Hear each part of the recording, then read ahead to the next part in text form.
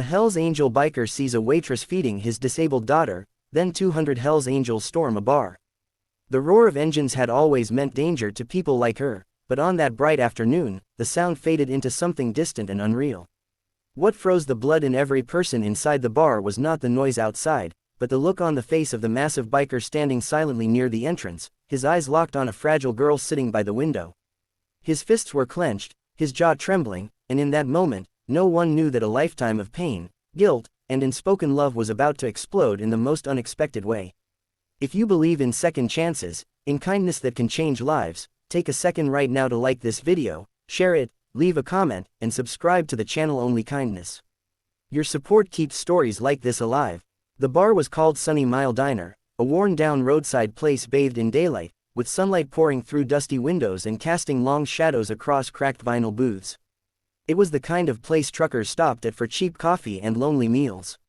The lunch crowd was thin, and the air smelled of frying oil and old wood.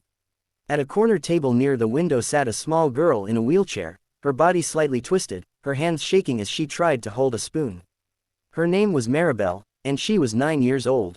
Her legs were thin and unmoving, her speech slow and slurred, but her eyes were bright, searching the world with quiet patience. Standing beside her was a waitress named Alara Finch, barely 26, with tired eyes and hair tied back in a messy knot. She moved gently, kneeling beside Maribel, guiding the spoon, wiping her chin, smiling as if feeding this child was the most important thing she would do all day.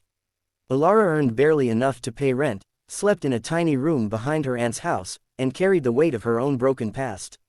Yet every afternoon, during her shift, she saved a plate from the kitchen and fed Maribel slowly, carefully, without ever asking for payment. Maribel lived with her grandmother 2 blocks away, in a crumbling apartment where the elevator never worked. Her mother had died years ago, and her father had vanished before Maribel could remember his face. The grandmother did her best, but arthritis twisted her hands, and by noon every day she was exhausted. So Maribel spent her days near the diner, watching cars pass, waiting for Alara's familiar footsteps. What no one inside the diner knew was that the man standing by the door, wrapped in black leather and scars, was Maribel's father. His name was Rourke Calder. He had spent 20 years riding with the Hells Angels, building a reputation that made grown men lower their eyes. He had fought, bled, and buried friends on highways and in back alleys. He had believed that strength meant never looking back. 9 years earlier, when Rourke learned his newborn daughter had severe disabilities, fear crushed him harder than any fist ever had. He told himself the child deserved better than a man like him. One night, without goodbye, he rode away, convincing himself it was mercy. That lie carried him across states, through prison visits, funerals, and endless miles of regret. That afternoon, Rourke had only stopped at the Sunny Mile Diner to meet a contact.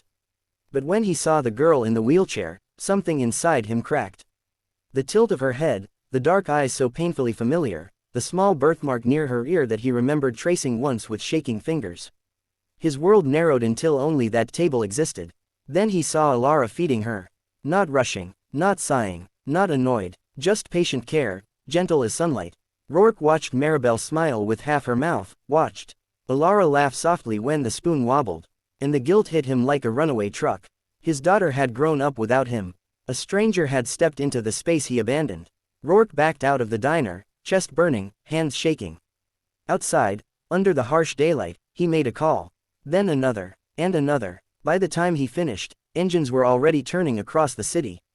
Inside, the diner owner noticed the street growing darker, as if a storm cloud had rolled in. One by one, motorcycles lined the road.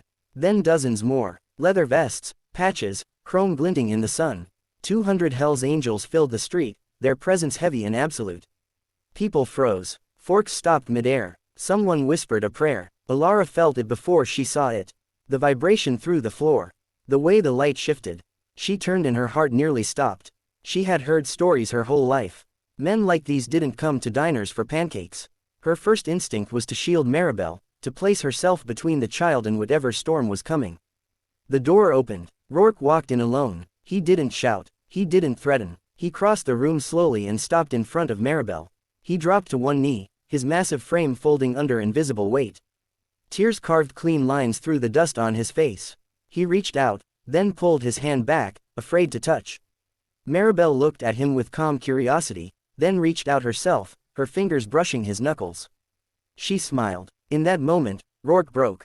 Years of violence and pride collapsed into sobs he could no longer hold. He bowed his head, resting it against the wheelchair, his shoulders shaking. The diner was silent. Even the bikers outside seemed to sense something sacred happening within those walls. Rourke learned everything in fragments after that. How Alara fed Maribel every day. How she sometimes bought medicine with her own tips. How the grandmother skipped meals so Maribel could eat. Each detail cut him deeper, but it also gave him something he hadn't felt in decades. Purpose. By sunset, the street was still full of bikes, but the fear had shifted into awe. The Hells Angels didn't smash the bar. They didn't threaten anyone. Instead, they stayed. They filled tables. They tipped heavily. Someone fixed the broken door hinge. Someone else paid off the diner's debts without asking. In the days that followed, life around Sunny Mile Diner changed. The grandmother's apartment was repaired. A ramp appeared where stairs once stood. Medical bills vanished. Alara was offered a new job managing the diner with fair pay and steady hours. She cried when she realized what was happening, not out of fear, but relief. Rourke didn't ride away this time. He rented a small place nearby. He learned how to lift Maribel without hurting her. He learned patience, a skill no fight had ever taught him. He sat with her in the daylight, reading children's books, pushing her wheelchair down sunny streets, letting the world see him as something other than a monster. The Hells Angels became quiet guardians. They didn't linger, but they watched from a distance.